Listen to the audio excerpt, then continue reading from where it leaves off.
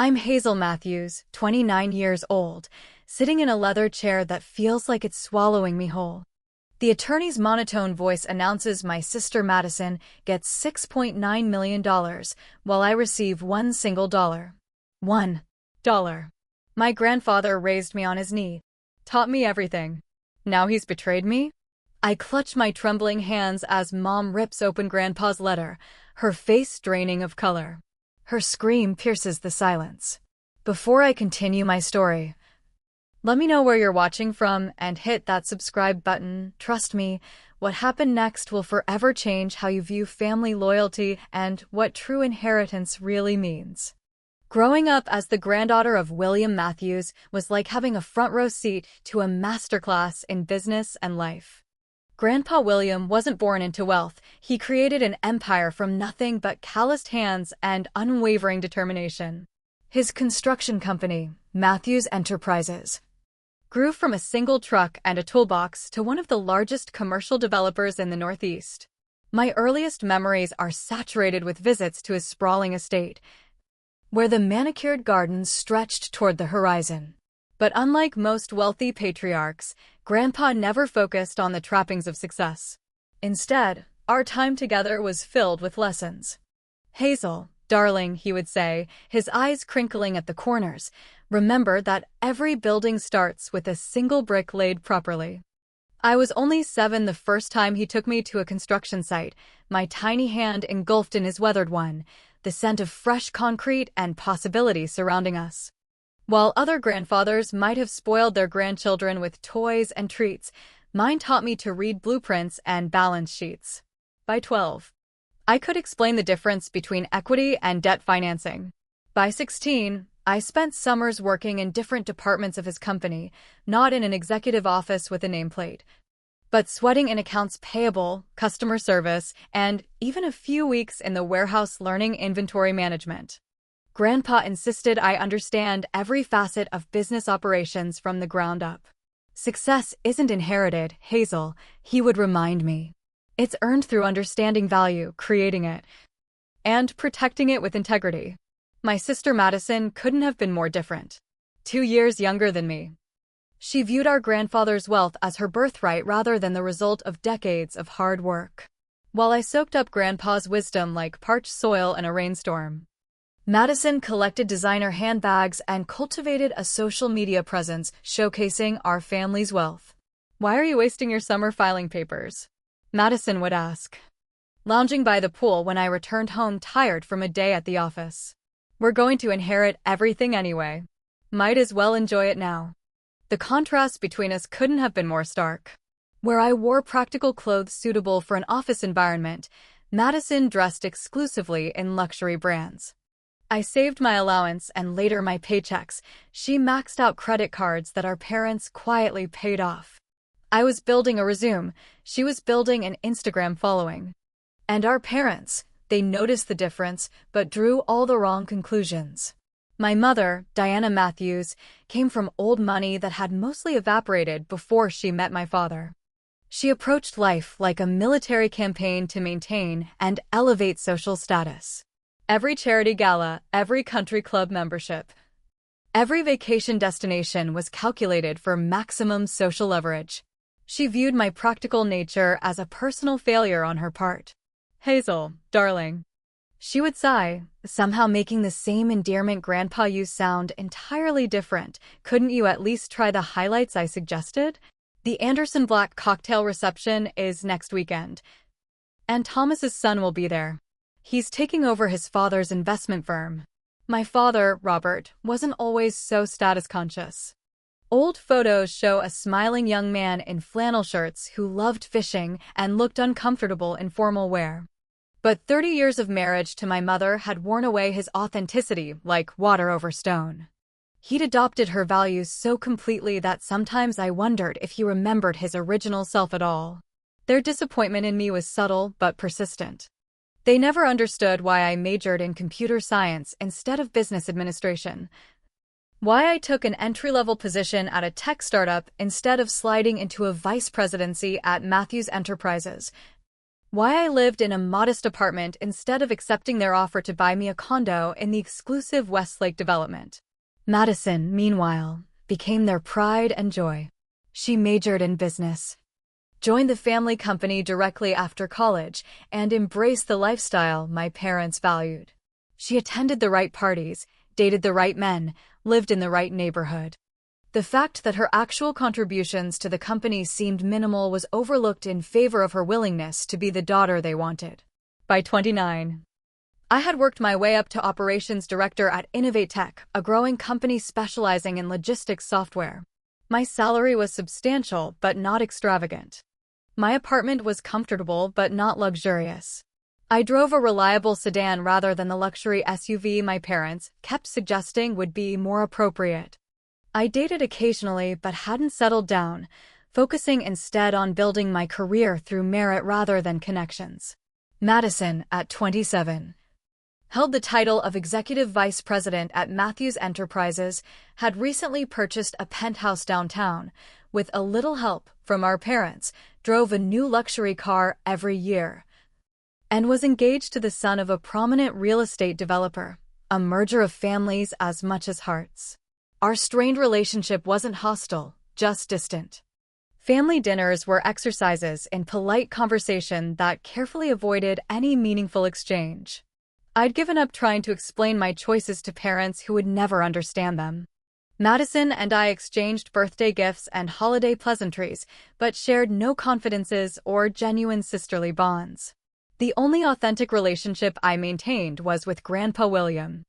Even as his business responsibilities gradually transferred to my father and other executives, we kept our Sunday afternoon traditions. Sometimes we discussed books or current events. Sometimes we talked business strategy. Sometimes we just sat in comfortable silence on his terrace overlooking the gardens. "You remind me of myself, Hazel," he told me once. His voice grown softer with age, but no less certain. "Not the wealth or the success. Those are just outer trappings. You have the inner compass that guided me all these years. Trust it always." I held those words close, a talisman against the subtle pressure from my family to conform, to want what they wanted, to measure success by their metrics rather than my own. I never imagined how prophetic those words would become, or how soon they would be tested. The call came on a Tuesday morning in October. I was reviewing quarterly performance metrics when my phone lit up with my mother's number. Her voice was controlled but tight when she delivered the news. Grandpa had stage 4 pancreatic cancer. The prognosis was months, not years. The world tilted on its axis.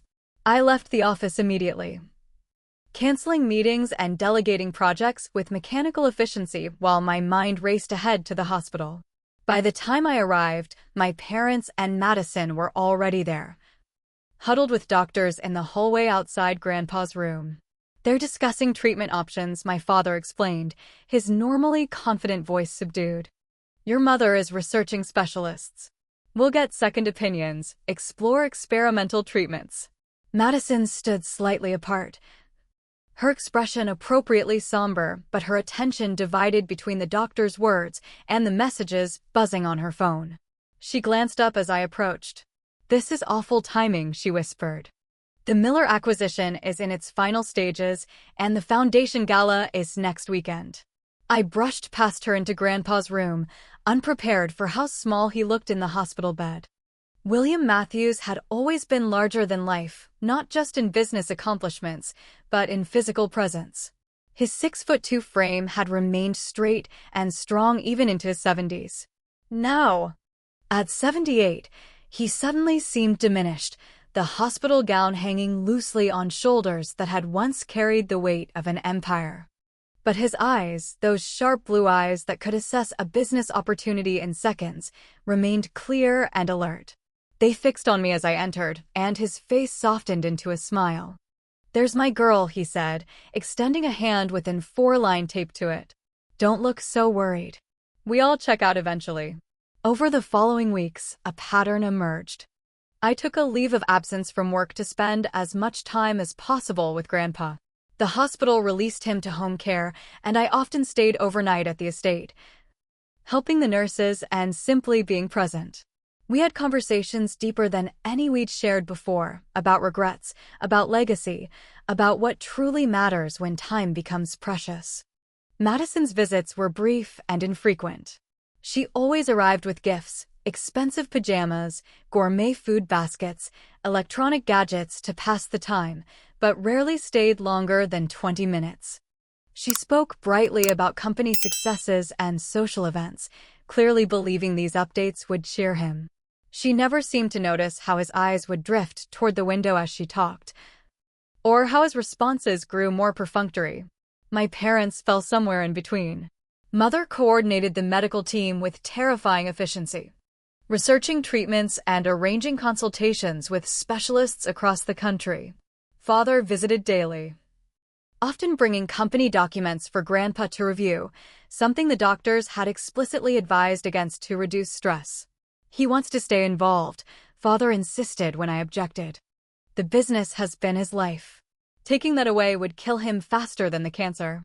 But during our private conversations, Grandpa showed surprisingly little interest in the business operations. The company will follow its own path now, he said cryptically during one of our late-night talks, the house quiet around us.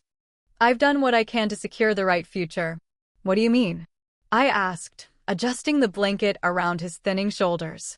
He smiled, that familiar twinkle returning briefly to his eyes. Just that true inheritance isn't always what people expect, Hazel. Remember that when the time comes. These mysterious comments became more frequent as his condition deteriorated. He spoke of seeing clearly now and made oblique references to concerns about the company's direction. When I pressed for specifics, thinking perhaps the medication was confusing him, he would squeeze my hand and change the subject. The most troubling development wasn't Grandpa's cryptic statements, but the increasing tensions among the rest of the family. As his condition worsened, discussions about after became more frequent and less discreet. I once walked into the kitchen to find my mother and Madison huddled over coffee, reviewing what appeared to be property listings. The Westchester house will need to be sold, Mother was saying. It's too large to maintain, and the market is excellent right now. What about the art collection? Madison asked. Some pieces should go to auction while others would look perfect in my new place. They fell silent when they noticed me, shuffling papers into folders with guilty efficiency. I said nothing but felt physically ill at their callousness. Grandpa wasn't even gone, and they were dividing his treasures like vultures. Similar scenes played out with increasing frequency. My father began bringing estate attorneys to the house, having whispered consultations in his study. Madison started photographing items around the house for insurance purposes. Mother made pointed comments about family heirlooms and their proper distribution when the time comes. Through it all, Grandpa watched and listened, saying little but observing everything with those keen eyes that had once assessed million-dollar deals. Sometimes I caught him watching these interactions with an expression I couldn't quite interpret, not anger or hurt, but something almost like grim satisfaction, as though a theory was being confirmed. For months after the diagnosis, on a quiet Sunday morning, Grandpa asked the nurse to help him sit on the terrace despite the January chill. He requested time alone with me, and we sat bundled in blankets, watching the winter sun glint off the frozen garden fountain. I don't have much time left, he said, his voice weaker but still steady. There's something I want you to have now. From the pocket of his robe, he withdrew an old pocket watch, the gold case worn smooth by decades of handling. I recognized it immediately. He had carried it throughout his career, often consulting it during meetings as though the antique timepiece were more reliable than modern technology. This belonged to my father, and his father before him, he said, pressing it into my palm. They were both working men of modest means but impeccable integrity. This watch is a reminder that time reveals all truths, Hazel. Some truths take longer than others to emerge, but emerge they will. I tried to protest that he should keep it, that we had more time. But he closed my fingers around the cool metal. Promise me something, he continued, his gaze intense. Promise you'll remember everything I've taught you. About business, yes. But more importantly about character. About the difference between price and value. About patience. "I promise," I whispered, tears blurring my vision.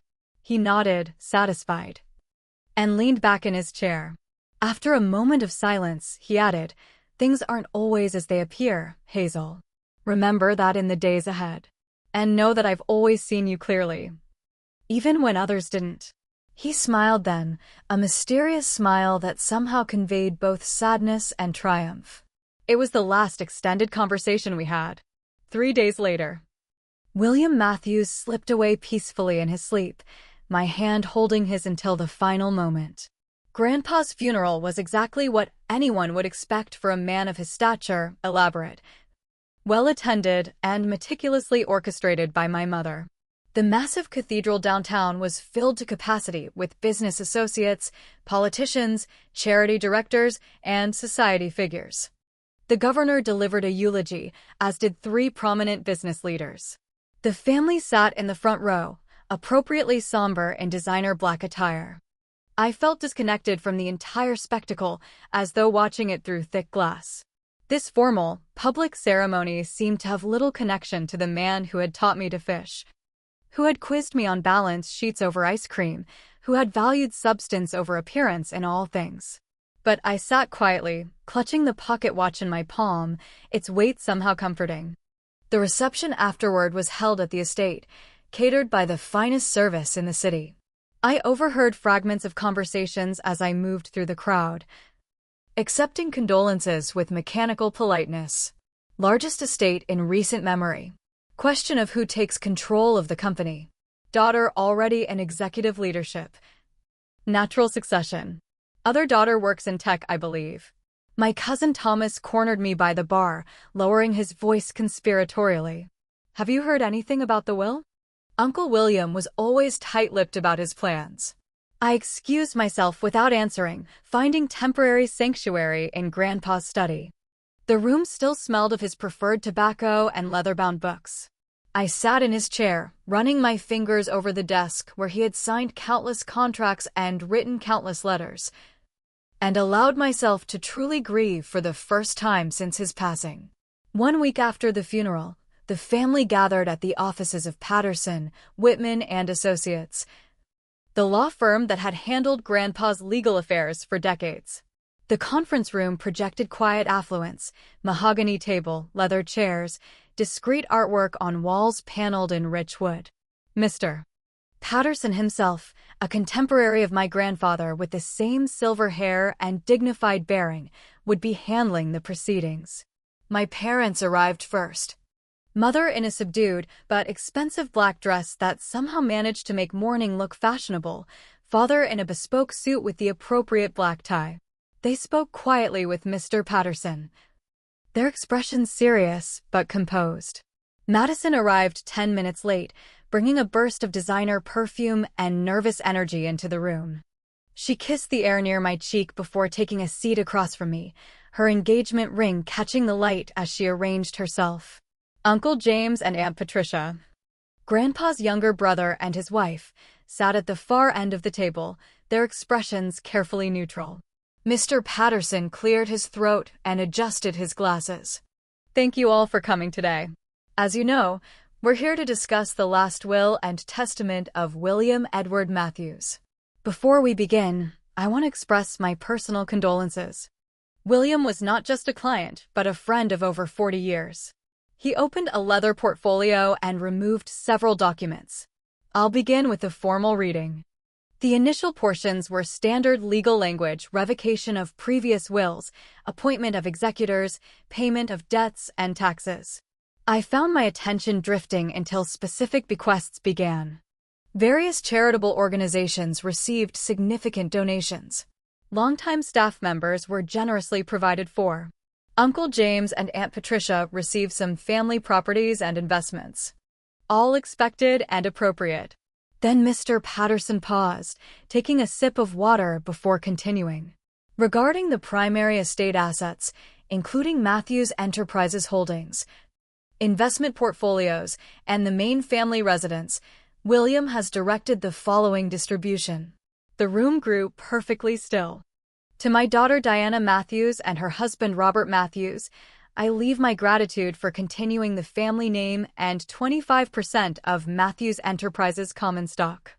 My parents nodded, expressions unchanged. This was likely less than they expected, but still substantial.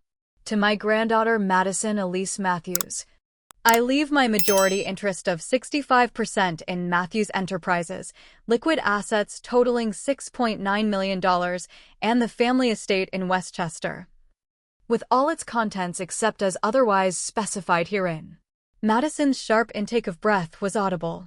She glanced at our parents, a smile tugging at the corners of her mouth despite her attempt at appearing solemn. Mother reached across to squeeze her hand, her own expression a mixture of surprise and satisfaction. To my granddaughter Hazel Catherine Matthews, I steeled myself, expecting perhaps a smaller percentage of company shares or a secondary property. I leave the sum of $1 to be paid immediately, and my personal effects box currently held in the vault of First Meridian Bank. $1. A single dollar. The words hung in the air like smoke. I felt as though I'd been struck physically, my lungs unable to draw breath. Around the table, reactions ranged from shock to embarrassment to, in Madison's case, poorly concealed triumph. My father broke the silence. There must be some mistake. Mr. Patterson shook his head. There is no mistake. William was exceptionally clear in his instructions. But this is, Mother began, then collected herself. Unexpected. Hazel was always so close to her grandfather. I sat perfectly still, hands folded in my lap to hide their trembling. The rational part of my brain noted the reactions around me, Madison's smug little smile quickly hidden behind a tissue, Mother's performative concern masking satisfaction, Father's genuine confusion, Uncle James and Aunt Patricia's uncomfortable glances at each other, and then at me. The remainder of the will reading passed in a blur. Additional minor bequests were mentioned. Legal details were explained. I heard nothing but static, focusing all my energy on maintaining composure, on not giving anyone the satisfaction of seeing me break. $1. After a lifetime of lessons, confidences, and what I had believed was mutual respect and affection, my grandfather had publicly declared me worth exactly $1. Less than the coffee I'd purchased on my way to this meeting. As Mr. Patterson concluded the formal reading, he added one final announcement. William has also left sealed letters for certain individuals to be read privately. I'll distribute those now. He removed several envelopes from his portfolio, handing them to various people around the table. Mother received one, as did Father, Uncle James, Madison, and finally me. My envelope was heavier than expected, the paper thick and expensive. My name was written in Grandpa's distinctive handwriting, the blue ink slightly faded. I slipped it into my bag without opening it, unwilling to reveal any more vulnerability in this room of people who now viewed me with pity or satisfaction. Mother, however, had no such restraint. She tore open her envelope immediately, scanning the contents with increasing agitation. Her face, always carefully maintained to conceal emotion, transformed before our eyes, color draining away, lips parting in shock, eyes widening. "He can't do this," she whispered, then louder, "He can't do this." The letter fell from her trembling hands as she collapsed back into her chair, one hand pressed against her chest as though in physical pain. Father snatched up the fallen paper, reading quickly, his own face registering shock followed by anger. "This is outrageous," he muttered, leaning close to Mother for a heated whispered exchange. Madison looked between them and her own unopened letter with growing alarm. "What is it? What's happened?" Neither parent answered her, continuing their urgent whispered conversation. Mr. Patterson observed the scene with practiced professional neutrality, though I caught a flicker of something knowledge, expectation, in his eyes. As William instructed, he said into the tense silence, "The bequest to Hazel Matthews is to be fulfilled immediately." He removed a $1 bill from an envelope and slid it across the table toward me with almost ceremonial gravity. Beside it, he placed a small brass key. "This will access your grandfather's personal effects box at First Meridian. The bank has been notified to expect you." I took both items, the money and the key, and rose from my chair. No one spoke as I gathered my belongings. No one met my eyes except Mr. Patterson, who gave me a nearly imperceptible nod that contained, what? Encouragement? Sympathy? Complicity? The $1 bequest is symbolic in legal terms, he said quietly. It demonstrates that the omission of a larger inheritance was intentional rather than an oversight. In other words, my grandfather had deliberately and consciously disinherited me. He had wanted there to be no mistake, no legal grounds to contest his decision. The symbolic dollar in my hand felt like a final rejection, a public dismissal of our relationship and all it had meant, or all I had thought it meant. I left without another word, back straight. Eyes forward, the same quiet dignity Grandpa had always admired. Only when I reached my car did I allow myself a moment of weakness, resting my forehead against the steering wheel as silent tears fell. The personal effects box. Whatever it contained, it would have to wait. I couldn't face another disappointment today. I drove home to my modest apartment, the antithesis of Madison's luxury penthouse, and spent the evening in silence, the unopened letter and small brass key sitting on my coffee table like accusers. The next morning, I called in sick to work for the first time in my professional career. Sleep had been impossible, my mind cycling through memories, searching for warning signs I might have missed. Moments when Grandpa had hinted at his true feelings about me. Had our entire relationship been a fiction? Had I misinterpreted his mentorship as affection when it was merely obligation? My phone buzzed repeatedly with messages from family members, expressions of shock and awkward sympathy that I couldn't bear to read fully. Madison sent nothing. My parents left voicemails asking me to call immediately about an urgent family matter. I ignored them all. Around noon, unable to stand the confines of my apartment any longer, I gathered my courage along with Grandpa's letter, the brass key, and the pocket watch he had given me. Whatever revelations or further rejections awaited, I needed to face them. First Meridian Bank's main branch occupied a historic building downtown, all marble columns and brass fixtures that spoke of tradition and stability. The manager himself escorted me to the vault area when I presented the key and my identification. Mr. Matthews made special arrangements for your access, he explained, leading me to a private viewing room. Take as much time as you need. The personal effects box turned out to be an antique wooden case about the size of a small suitcase, its surface polished by years of handling. The brass lock turned smoothly when I inserted the key. For a moment, I hesitated, suddenly afraid of what I might find inside. Then, taking a deep breath, I raised the lid. No family photos. No sentimental keepsakes. No explanation for my disinheritance. Instead, the box contained neatly organized folders, a USB drive, and another sealed envelope with my name on it, different from the one Mr. Patterson had given me. This one had additional words beneath my name, to be opened only after examining the contents of this box.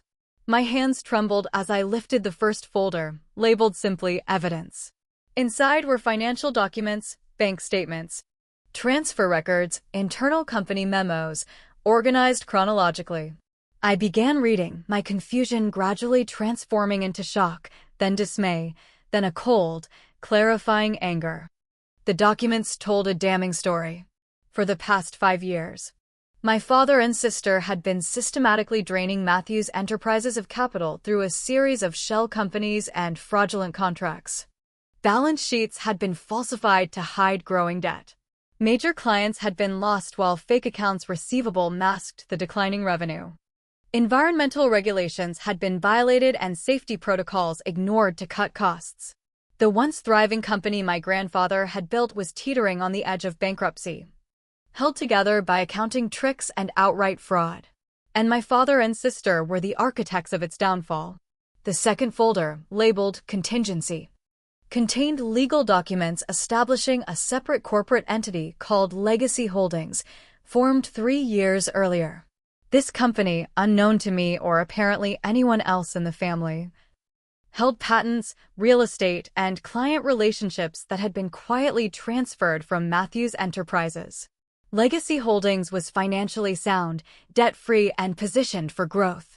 The USB drive contained audio recordings, my father and sister in various meetings and private conversations, discussing how to hide losses from the old man, laughing about his declining health, making their deception easier, planning what they would do with their inheritance once William is out of the picture.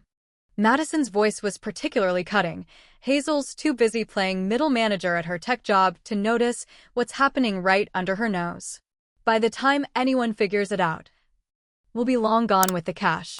My father, whom I had always seen as weak rather than malicious, sounded like a stranger.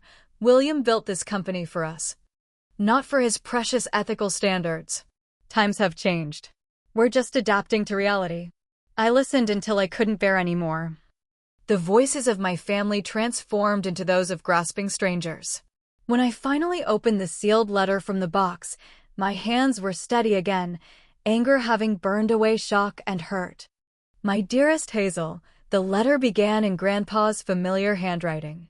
If you're reading this, then events have unfolded as I anticipated.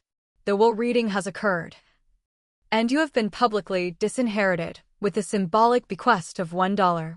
I can only imagine your hurt and confusion, and for that necessary pain, I am truly sorry. What you have discovered in this box explains part of my plan. 3 years ago, I began noticing discrepancies in the company financials. At first, I attributed them to honest mistakes or changing market conditions. But as the pattern emerged, I was forced to confront a painful truth. Robert and Madison were systematically undermining everything I had built. Rather than confront them immediately, I chose to watch and gather evidence. What I discovered broke my heart. Not just the financial malfeasance, though that was substantial, but the character revealed through their actions. The contempt for the values I had tried to instill. The willingness to betray family for material gain. I considered traditional remedies, firing Robert, disinheriting Madison, pursuing legal action. But such measures would have destroyed the family while potentially failing to save the company. Instead, I developed a different strategy. I established legacy holdings and transferred the most valuable and sustainable assets of Matthews Enterprises into this new entity. On paper, Matthews Enterprises still appeared robust, but its true value had been hollowed out, replaced with high-interest debt and unsustainable obligations. The company Robert and Madison have inherited is a shell that will collapse within months. The fortune Madison believes she has received is worthless. The company's shares hold minimal value. The liquid assets will barely cover existing liabilities. Even the family estate has been mortgaged to support the deception Robert and Madison created. You, however, are now the sole owner and CEO of Legacy Holdings. The company is valued conservatively at $50 million, debt-free and positioned for growth. All legal documents transferring ownership to you have been executed and are included in this box. Why the charade? Why put you through the public humiliation of apparent disinheritance? First, to protect you. Had Robert and Madison known about Legacy Holdings, they would have used every means, legal and otherwise, to seize control. Second, as a final test of character, not yours, which has never been in question, but theirs.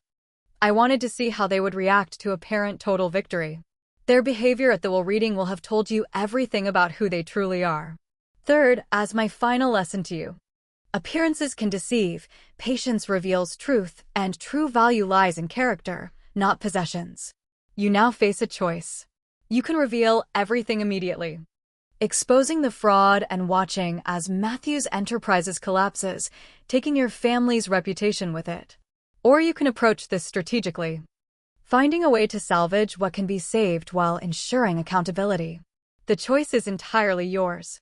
You have always demonstrated wisdom beyond your years, and I trust your judgment implicitly.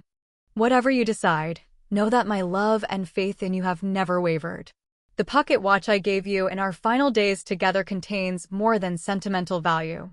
The inside case, when opened with care, reveals the access codes to additional accounts and information you may find useful. I regret that I won't be there to see the capable, ethical leader you will become. But I leave this world knowing that my true legacy rests in the most capable hands possible, yours.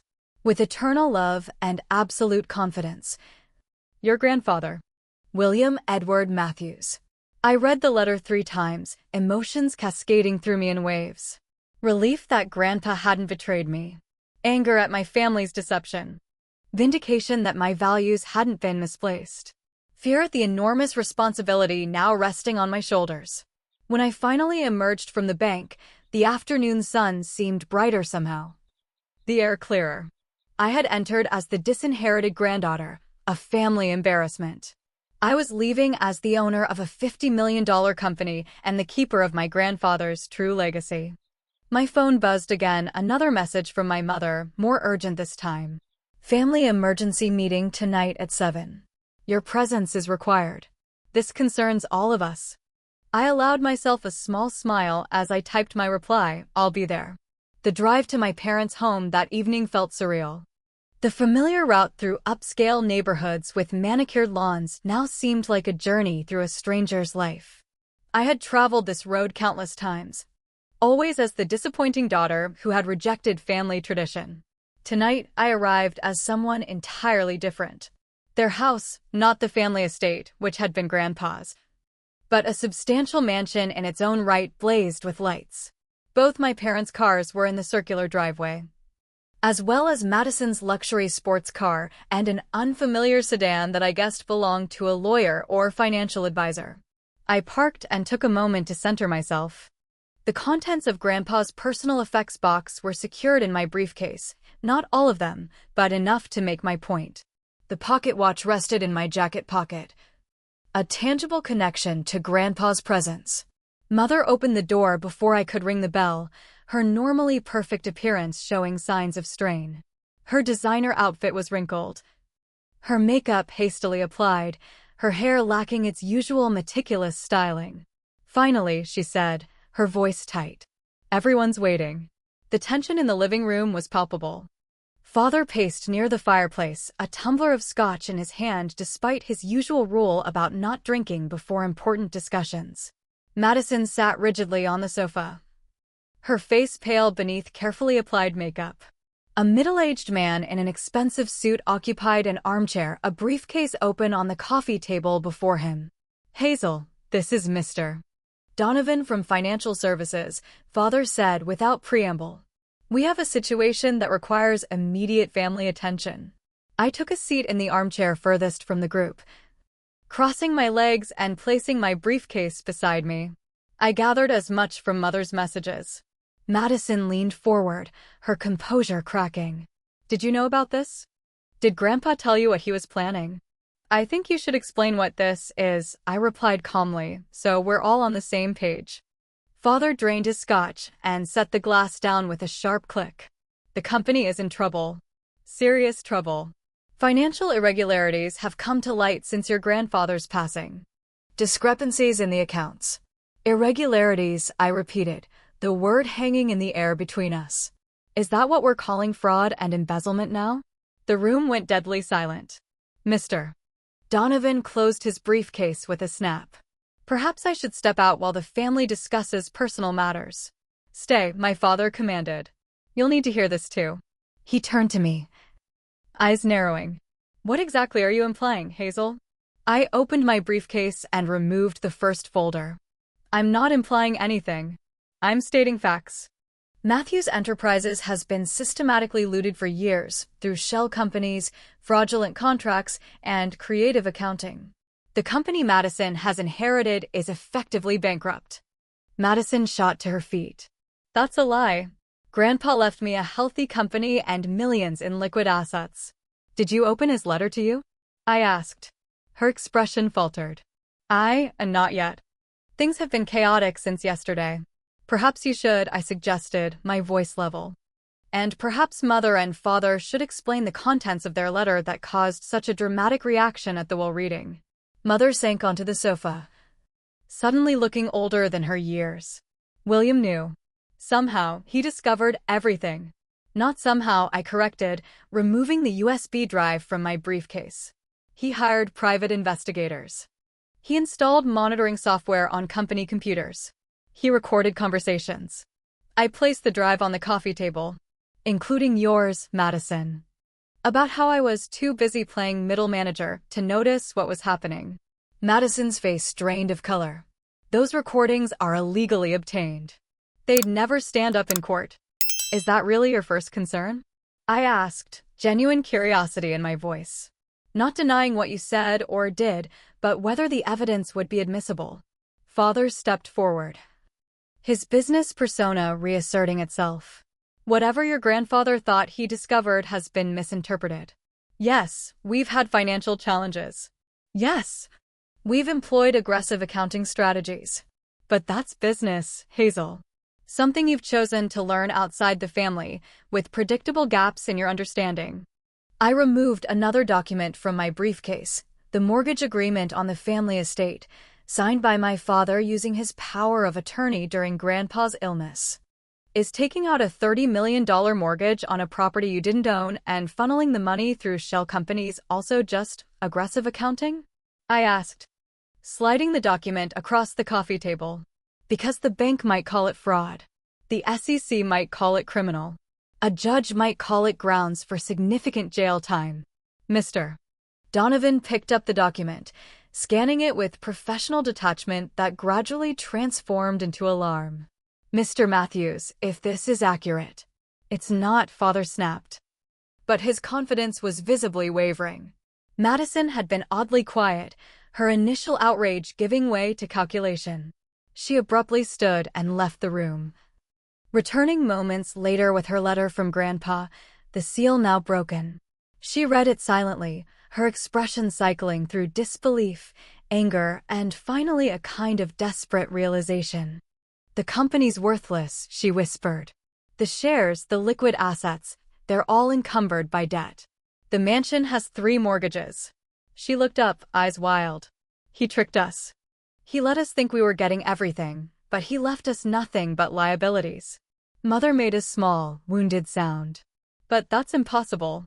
Matthews Enterprises is worth hundreds of millions. Was worth hundreds of millions, I corrected. Before you and your daughter helped Dad hollow it out. Before you all decided Grandpa's emphasis on ethical business practices was outdated and inconvenient. This is your fault, Madison suddenly snarled, rounding on me. You turned him against us. You were always his favorite, always the perfect granddaughter following his precious principles. You manipulated an old man against his own family. The accusation was so absurd, so completely inverted from reality, that I actually laughed. Madison, I knew nothing about any of this until yesterday. I received a single dollar in the will, remember? The only thing Grandpa left me was a box of evidence and his pocket watch. There has to be more, Father insisted, desperation edging into his voice. William wouldn't destroy his own company.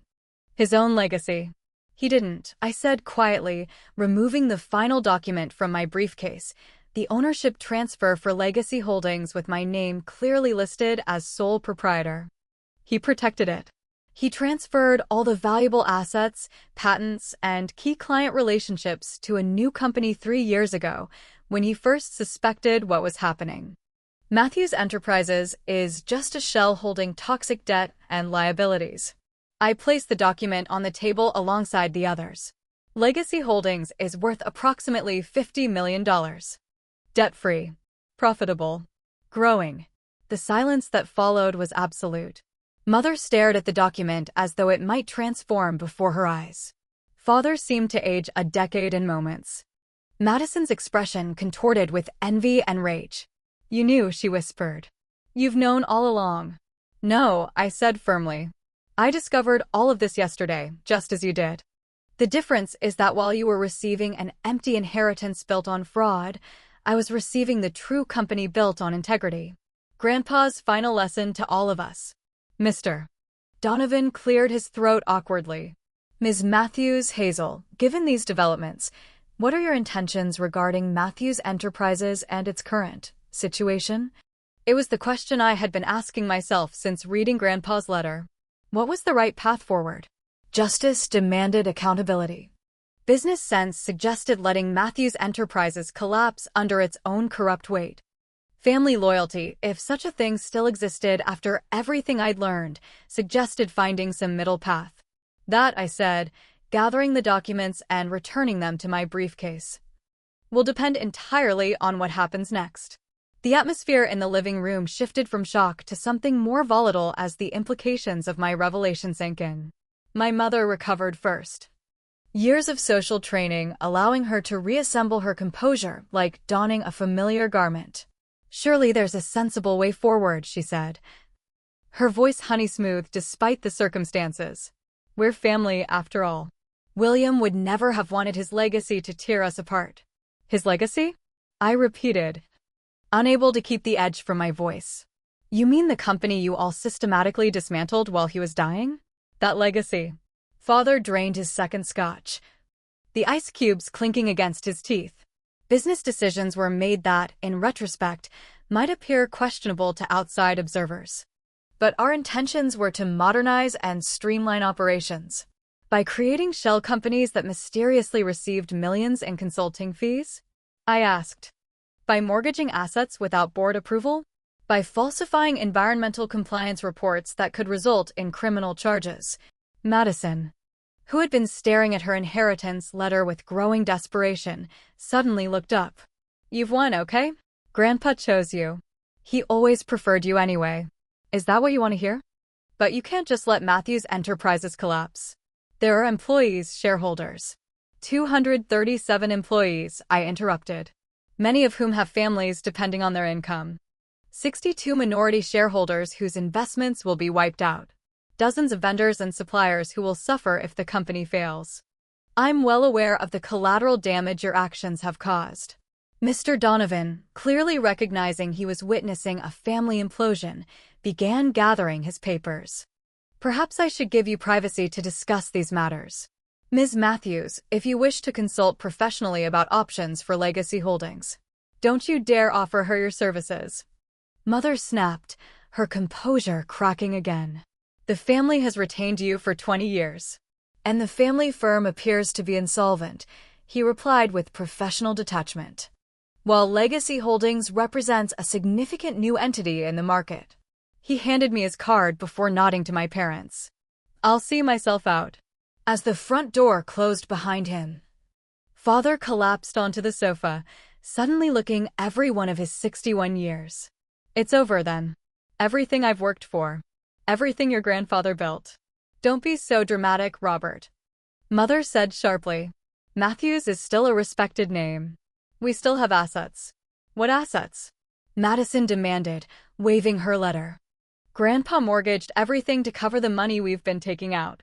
The mansions, the vacation properties, even Mother's trust fund properties, they're all leveraged to the hilt. We're looking at bankruptcy, possible criminal charges, and total social humiliation." The reality of their situation was finally penetrating. I watched as Madison's carefully constructed world crumbled around her.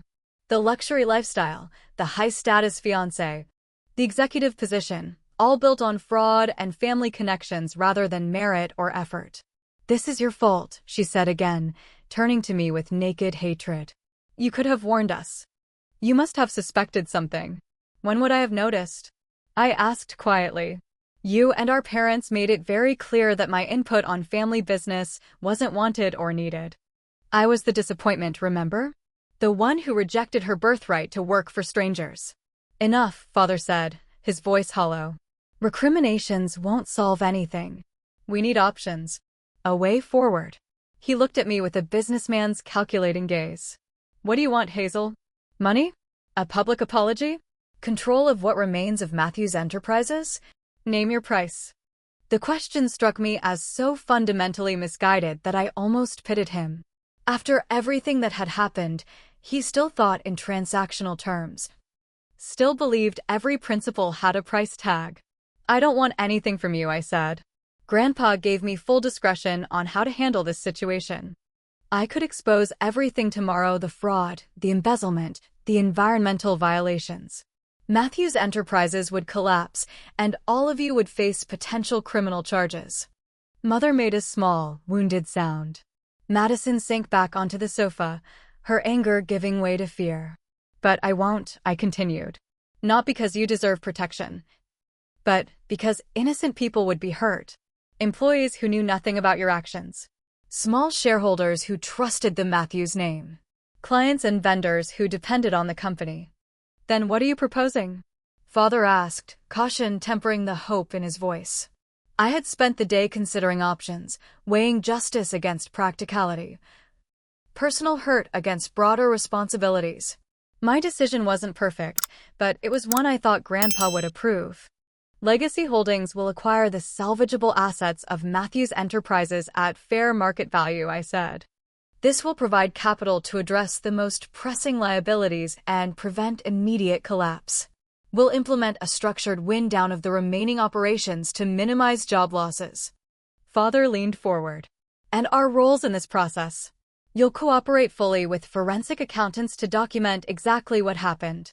You'll resign from all positions and relinquish any claims to company ownership or control.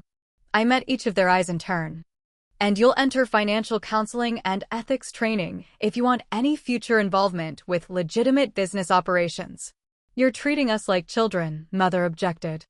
I'm treating you like what you are, people who have demonstrated they can't be trusted with financial responsibility or ethical decision-making, I corrected. The alternative is letting events take their natural course, which likely ends with federal investigations and potential incarceration. Madison had been unusually quiet, her initial rage burning out to leave a hollow calculation. And what about me? Am I expected to crawl back begging for an entry-level position at your company? I'm offering you a chance at redemption, not punishment, I replied. Whether you take it is entirely your choice. But understand this, there are no shortcuts. If you want to rebuild, you'll do it the right way, from the foundation up. And if we refuse your terms? Father asked, though his tone suggested he already knew the answer. I repacked my briefcase and stood. Then I'll instruct my attorneys to forward all evidence to the appropriate authorities, SEC, FBI, EPA, and let justice take its course. Grandpa protected the true value of the company. But he left the decision about your fates to me. I checked my watch. You have until noon tomorrow to decide. As I reached the door, Madison called after me. He never really cared about the money, did he? It was always about the principle. I turned back. No, Madison. It was about character. The money was just how he measured it. I left them there in the wreckage of their own making, Mother's social standing in tatters, Father's business reputation destroyed, Madison's future suddenly uncertain. They had choices to make, consequences to face. Whether they found wisdom in the experience would be up to them. As for me, I drove home to my modest apartment. The weight of responsibility heavy on my shoulders, but my conscience clear. Tomorrow would bring challenges, decisions, and the beginning of a new chapter, not just for me, but for my grandfather's true legacy. 1 year passed. 1 year of 14-hour workdays, difficult decisions, and fundamental rebuilding. 1 year of transforming Legacy Holdings from Grandpa's contingency plan into a thriving enterprise true to his vision and values. The transition hadn't been easy. When my family reluctantly accepted my terms, motivated more by self-preservation than genuine remorse, we began the complex process of salvaging what could be saved from Matthews Enterprises while allowing the corrupt shell to dissolve. I stood now at the window of my new office, not the ostentatious executive suite my father had occupied, but a practical, modern space with glass walls that kept me connected to the team working outside. The view overlooked the city where my grandfather had built his first building over 50 years ago. A knock at the door interrupted my reflection. My assistant Rachel poked her head in. Your 2 o'clock is here. Conference room B. Thanks. I'll be right there. The conference room held a surprise. Madison sat alone at the table, nervously adjusting her simple blouse, a far cry from the designer labels she once wouldn't leave home without. She stood as I entered, uncertainty written across her face. Thank you for seeing me, she said, extending her hand formally. I shook it, noting the absence of her enormous engagement ring. Of course. You said it was important. The past year had changed Madison physically as well as circumstantially. The perfectly highlighted hair was now a simpler style. The carefully maintained salon tan had faded to her natural complexion. Even her posture was different, less entitled, more aware. I've been offered a position at Carlisle Development, she said, referring to a mid-sized competitor. Junior Project Manager. It's a legitimate offer based on the experience I've gained in the entry-level position at Legacy. I nodded, waiting for her to continue. I wanted to talk to you before I accepted. She took a deep breath. The ethics training program you required, I hated it at first. Thought it was just humiliation. Punishment. But it changed how I see things. Changed how I see what we did.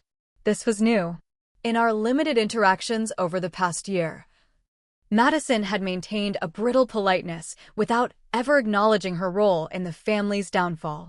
The therapist you recommended helped too, she continued. Made me look at why I always needed the external validation, the money, the status, the admiration. Why I was willing to do anything to get those things. I sat down across from her. I'm glad you found it valuable. I'm not asking for anything, she clarified quickly. I know that bridge is probably burned forever. But before I move on, I needed to say. She swallowed hard. I'm sorry. For everything. The fraud, yes, but also how I treated you all those years. The jealousy, the competition I created in my head. The apology surprised me with its apparent sincerity. Thank you for saying that. Grandpa knew exactly what he was doing, she said with a sad smile.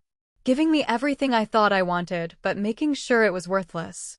Showing me that all the things I valued were just illusions. While I got a box of problems and responsibilities, I finished with a small smile of my own. No, she corrected. You got his trust. That was the real inheritance. She stood, gathering her modest handbag. I should go. Thank you for seeing me. Madison, I called as she reached the door. I think you should take the Carlisle position.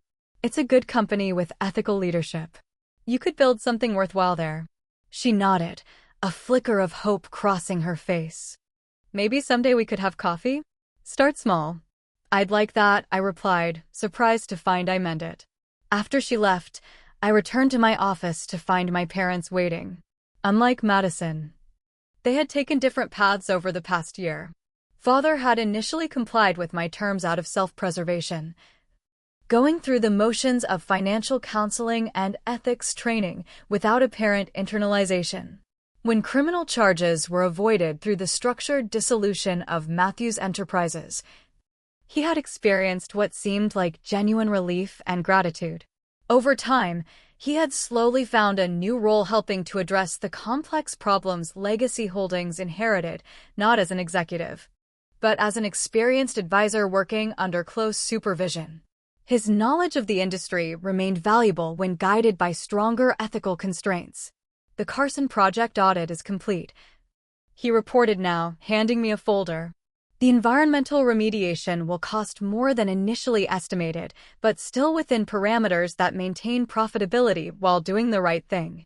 The fact that he now factored ethical considerations into profitability assessments represented significant growth. I nodded my thanks. Mother's journey had been more complicated. The social humiliation of the family's fall from grace had been devastating to someone whose entire identity was built around status and appearance. The downsizing from mansion to comfortable but modest condominium had felt like exile. The Employee Foundation Committee finalized the scholarship criteria, she said, referring to the educational program we'd established for employees' children. We've incorporated your suggestions about need-based elements while maintaining merit requirements. Her newfound interest in substantive philanthropy rather than society galas represented her own form of growth. She would never be warm or demonstrative, but she had found a constructive channel for her organizational talents. As they left my office, I found myself reflecting on how far we'd all come. The family relationships remained fragile, perhaps irreparably altered, but not destroyed. There was a foundation for something new, something more authentic, if less perfect. I opened my desk drawer and removed Grandpa's pocket watch, rubbing my thumb over the worn case, as I had seen him do countless times. Inside, where he had directed me to look, I had found not just access codes, but a handwritten note. Time reveals character. Character creates legacy. The first year of Legacy Holdings had been challenging but successful. We had retained 70% of Matthews Enterprises' workforce, implemented transparent accounting and ethical business practices, and established ourselves as industry leaders in sustainable construction methods. The financial success was gratifying, but more important was the cultural foundation we were building. Every employee understood that integrity wasn't just a poster on the wall, but the fundamental principle guiding every decision. Profit mattered, but how we achieved it mattered more. My personal life had transformed as well. The modest apartment had been replaced by a comfortable home, not a mansion, but a place with room to grow. I had started dating Eric, an architect whose values aligned with mine. My circle of friends had evolved to include people drawn together by shared principles rather than social connections. As I prepared for my next meeting, I thought about the true nature of inheritance. Grandpa hadn't left me money or property or social position, though those had eventually followed. He had left me something far more valuable: a moral compass, a model of integrity, and the courage to stand by principles when it would be easier to compromise. The wealth and position I now held were meaningful not for the comfort or status they provided, but for the positive impact they allowed me to create for employees, for clients, for the communities where we worked. Grandpa's final lesson had been his most powerful. True legacy isn't measured in dollars or properties or even companies. It's measured in values transmitted, in character developed, in the courage to do what's right when what's wrong would be easier. I closed the pocket watch and returned it to its place of honor. Time continues its steady march forward, revealing character with each tick of the second hand. The inheritance worth having isn't one that's given, but one that's earned through choices made and principles upheld. What will your legacy be? When time reveals your character, what will others see? If you've been touched by this story, I'd love to hear your thoughts in the comments. What inheritance of values has shaped your life? Please like and subscribe if you found meaning in my journey, and share with someone who might need to be reminded that true wealth isn't counted in dollars, but in the impact we have on others. Thank you for walking this path with me. I'm grateful for each of you.